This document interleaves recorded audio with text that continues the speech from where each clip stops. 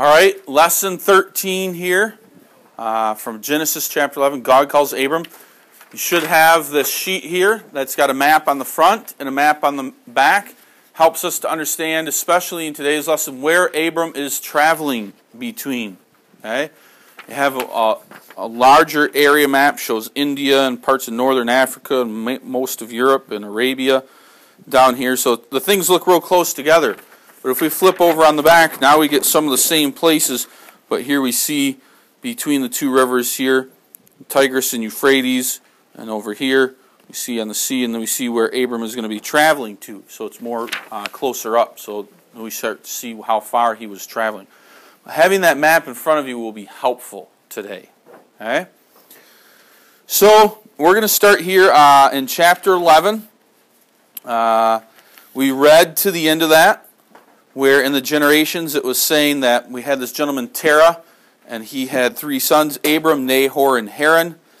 And then we have Abram leaving the land of Ur of Chaldees to go into the land of Canaan. And who did he take with him? Who did Abram take with him that we know about? Colin? Nope, not Terah. Who did Abram take with him? Oh, sorry. Who'd you say? Sarah. Sorry. Yes, Sarah. Sarai, his wife. And who else?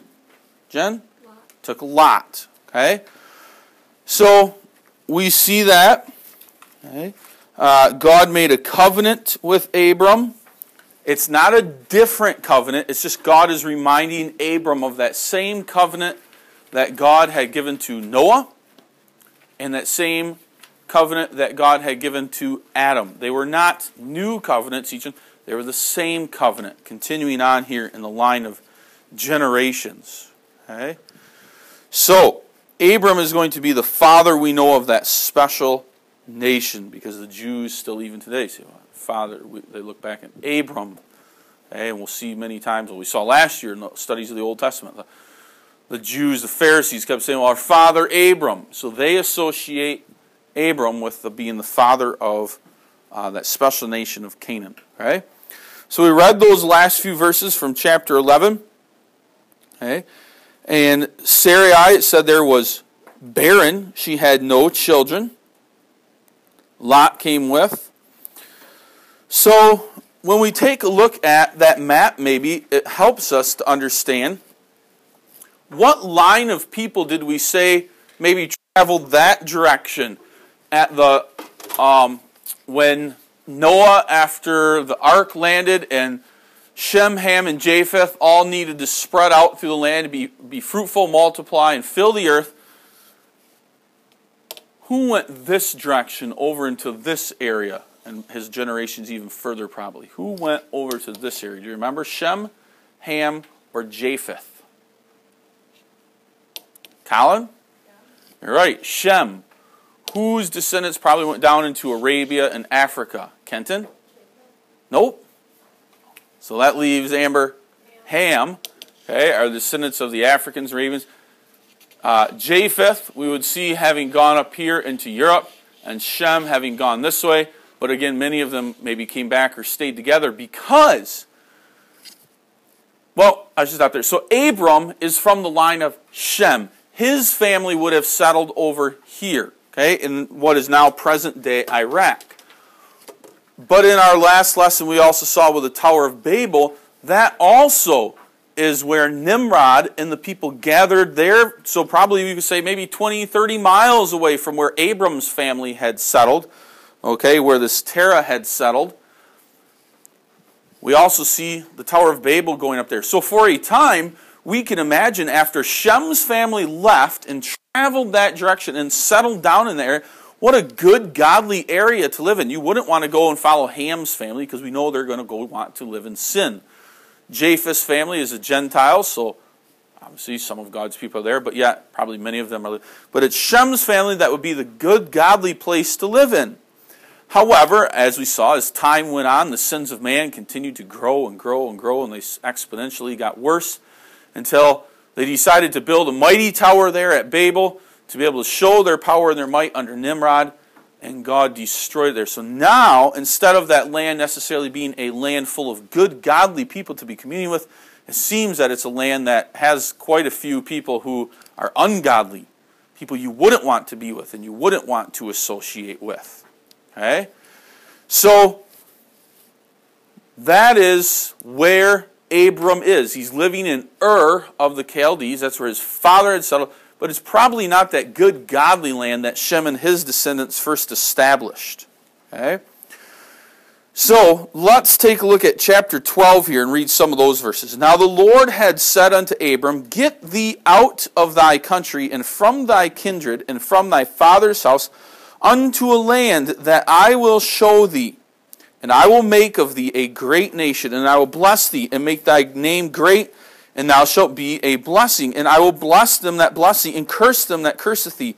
And in thee shall all families of the earth be blessed. So Abram departed as the Lord had spoken unto him, and Lot went with him, and Abram was 75 years old when he departed out of Haran. And Abram took Sarai his wife, and Lot his brother's son, and all their substance that they had gathered, and the souls that they had gotten in Haran, that would be like their servants. And they went forth to go into the land of Canaan, and into the land of Canaan they came. And Abram passed through the land unto the place of Sichem, unto the plain of Moreh. And the Canaanite was then in the land. So the Canaanites, again, who are they from? Whose line? Ham. Remember, Ham's son Canaan was cursed by Noah. Okay. So that's who was there, these ungodly, wicked people living in this land of Canaan. And the Lord appeared unto Abram and said, Unto thy seed will I give this land. And there he builded an altar unto the Lord who appeared unto him. That's important there. God appeared to him in the land of Canaan. And he removed from thence unto a mountain on the east of Bethel, and pitched his tent, having Bethel on the west, and Hai on the east. And there he builded an altar unto the Lord, and called upon the name of the Lord. And Abram journeyed, going on still toward the south. And there was a famine in the land. And Abram went down into Egypt to sojourn there, for the famine was grievous in the land. And it came to pass, when he was come near to enter into Egypt, that he said unto Sarai his wife, Behold now, I know that thou art a fair woman to look upon. Therefore it shall come to pass, when the Egyptians shall see thee, that they shall say, This is his wife, and they will kill me, but they will save thee alive. Say, I pray thee, thou art my sister, that it may be well with me for thy sake, and my soul shall live because of thee. Let's stop there then. Okay? So we see a couple of things. First of all, let's take note of Abram and Sarai's age. Later on, when Isaac is born, Abram is 100 years old. Do you remember how old Sarah was at that time? He was 100. She was, Colin? 90. So how far apart are they in ages by years? Amber? So if Abram here is 75 when he departs to go to Canaan, then how old is Sarai? Kenton? She would be 65. Now again, you might think of, how many of you have grandma that's 65 years old? You don't know because you don't dare ask grandma how old she is, right? But probably a lot of your grandparents are in their 60s. Okay? My parents are approaching their 60s. Okay? My grandparents are in their 80s. So for you guys, it probably makes sense that most of your grandparents are probably in their 60s. Okay? Early 60s, late 60s, might be a little bit of difference here, but they're probably in their 60s. So to you, do they look old or do they look young? I'll ask you an even harder question. You don't want to answer it. Do you think grandma looks beautiful? Okay, you might say, well, she's kind of old looking, and her skin is not like, mom's who looks younger, or my older sister. That's a question that I have. If Sarai is 65 here, does she look old or younger? Because for her, she's middle-aged yet.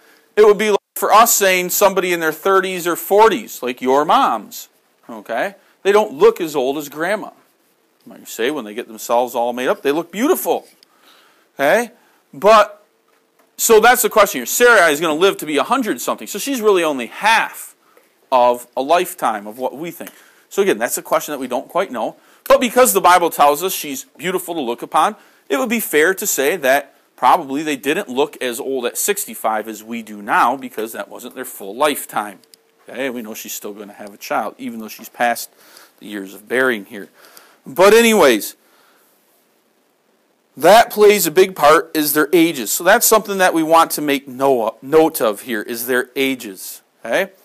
So they travel out of Ur of the Chaldees. You can imagine what a dry, dusty journey that was to go over there to the land of Canaan.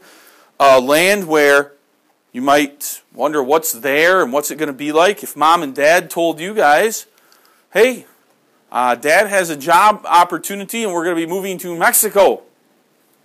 All you might know is, well, hot and dry there. I don't know. Am I going to like it, not like it? What's going to be there? Do they have pools? Do they have lakes? You have all those questions. You don't know. And then when you get there, you realize, oh, Dad's job is high up in the mountains. We still get snow and all. You just don't know. Okay? So we can imagine that Abram had that, but yet he trusted God. So that's a good example of Abram in this lesson, is his trust in God. Again, that's what I said in verse 7, when he arrives in Canaan, God appears unto him. So when God first told Abram to leave, we don't know. Did God appear to him in a vision? Did Abram hear a voice from heaven? Did God come to him as a messenger? Did an angel come and speak to him? But we know God spoke to him, okay, and told him to leave. And then he also gives 4 blessings. I will make a great nation of you. Oh yeah, I asked you that there. So, make a great nation. What's one of the other things that he promises? Amber? I will bless you. So I'll make a great nation out of you. I will bless you. Maybe the third one, I say that one's not so difficult, but we want to make sure we have these here. Kenton? Yes, good. That's the trickier one that I say. And then there's a 4th one. What will God give him? Yeah, that goes with what Kenton said there. But what will God give him also? What will he receive? He's going to also receive the land of Canaan. The land of Canaan will be yours. So, I'll make you a great nation. I will bless you. And then as Amber and Kenton hinted to, I will bless your families, your offspring. Okay, will be blessed in you. And then also, I will give you this land of Canaan. So those are the 4 things that we see there. So he goes, and he gets in the land. He builds an altar unto the Lord. So again, we see Abram living a good, godly life here. Okay? But then in those last 4 verses that we read, what did God send as a test to Abraham? God sends us trials. The devil tempts us, but God sends us trials. What trial did God send to Abram to test him? Micah. He sent a famine to the land. And who did Abram decide to trust in when that famine came? Who did he decide to trust in? He didn't trust in God. So who did he trust in? Who did he think had the best solution to the problem? Yeah, but the Egyptians didn't even invite him to come down to Egypt. So who did he think had the best solution? It's kind of a trick question here. Yeah, he thought that he himself had the best. Well, here's a famine. Rather than praying to God and asking God what he should do, if he should go to Egypt or not, Abram thinks on his own, well, here I have a famine. I'm in this new land God gave me, but I've got a famine. I know. I've heard that Egypt is a place that's rich, has many fruits and vegetables and plenty of water. I will head down there. And then, of course, before he goes there, he knows he's going to be going into a rich, important, industrious area. And what is he concerned about? What is he concerned about? Kenton? Yes. He's concerned that he will lose his life because the Egyptians will see his wife Sarai and they'll kill him so that he can take his wife. And before we think, now come on, Abraham, would they really do that? What did that God-fearing, that good, godly man, that example that we should copy, a man in the Bible who wrote many great things, his name is David. What did he do along those lines? Before we think, ooh, no one would do anything like this, especially not a godly person. Colin? He saw beautiful Bathsheba, and he wanted her. He became jealous, and wanted her for himself, so he killed Uriah. So before we think, now come on, Abraham, that's not going to happen. Of course it would. We see it happen with David. We still see it happen in the world around us today. Somebody loves somebody else besides their wife or their husband that they think is more beautiful, and they have their husband or wife killed, murdered. Okay? So that's not to say that it wouldn't also happen to us, that we might think that. So before we kind of pass a judgment on Abraham here, or Abram, we need to be careful. But that's what he's afraid of. So what's the lie he agrees to with Sarai? Or the half-truth that they agree to, Jennifer? Yeah, we'll tell everyone that you're my sister. Okay? And that was true. She was his half-sister. Okay? She was his half-sister. So, we see the lie. It's established. It's set. And it's going to get him in trouble. And I asked, what's the problem with telling a half-truth? Sometimes I think, wow, that's like telling the truth. But, Kenton? Yeah. The other half, it's a lie. And God still considers that sin. You can't say, well, this makes it okay. No. Okay. Did you pick up your room, Sydney? Sydney says, Mom, yeah, I did. But she only picked up half of it. Okay? That is not going to make Mom real happy when she walks in there a half hour later and sees half of a mess still on the floor, right? A half a truth, Kenton properly points out, is also a half lie. Is not pleasing the Lord, is still sin. All right, so that's what they've established. So let's read verses 14 to the end. And it came to pass that when Abram was come into Egypt, the Egyptians beheld the woman, that she was very fair. The princes also of Pharaoh saw her and commended her before Pharaoh. So what they're doing is they're saying, Pharaoh, look at this beautiful woman here. Maybe you should be interested in her.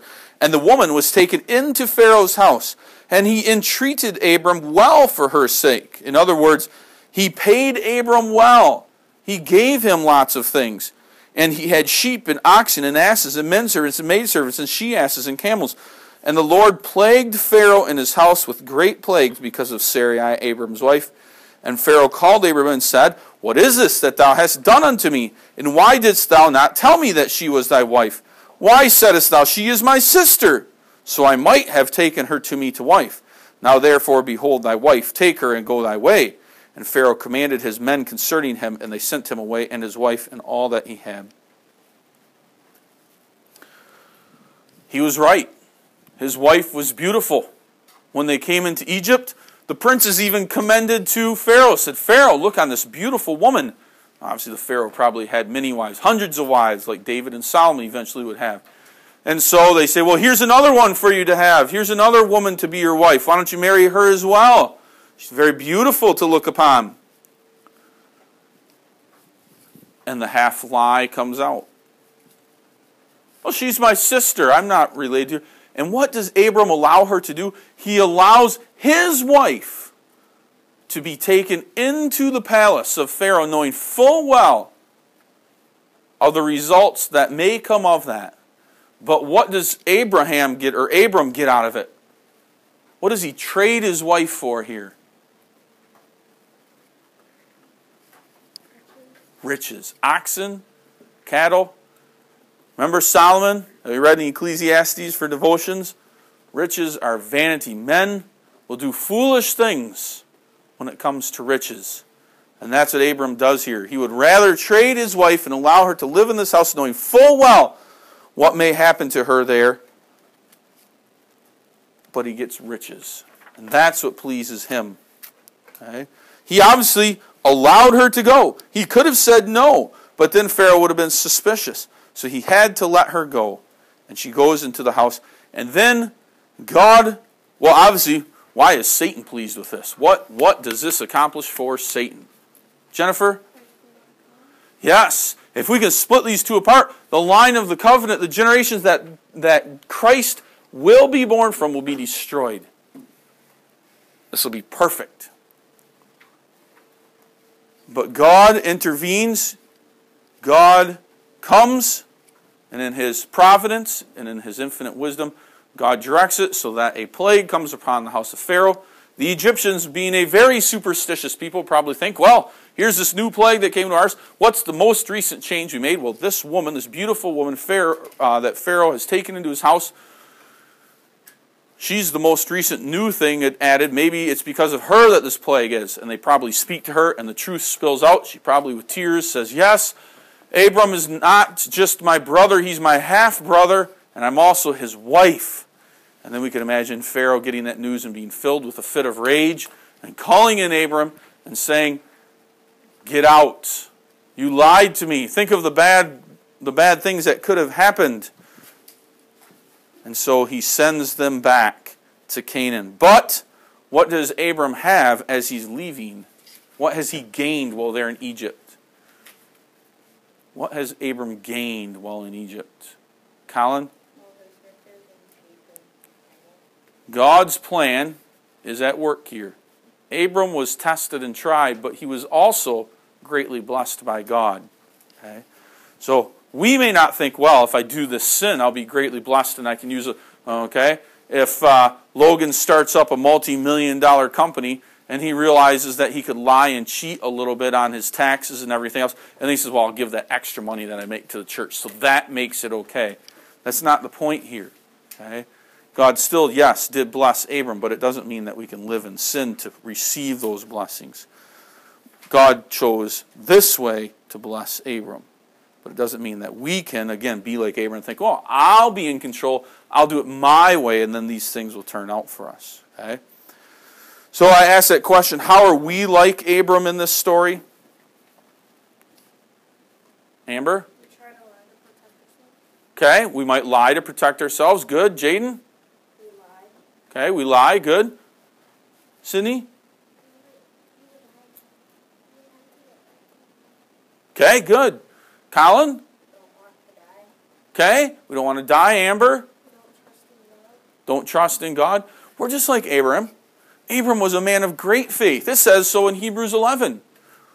We have great faith too. We believe that God loves us and that He has saved us. But yet that doesn't keep us perfect. That doesn't mean that we won't sin. And we, just like Abram here, fall into sin as well. So we must realize that we might need scolding from time to time too, just like Abram did. Our parents scold us. Okay? Teachers maybe. Grandparents. Maybe even in some instances the church may have to scold us. But God is still always kind to us. He still blesses us in the end. God cares for us as His people. He loves us. That doesn't mean that we're perfect and that it will keep us from sin. Okay? So we'll see next time. Okay? We'll go to Abram and Lot that we get here in chapter 13. So after they get back to the land of Canaan, what happens with them?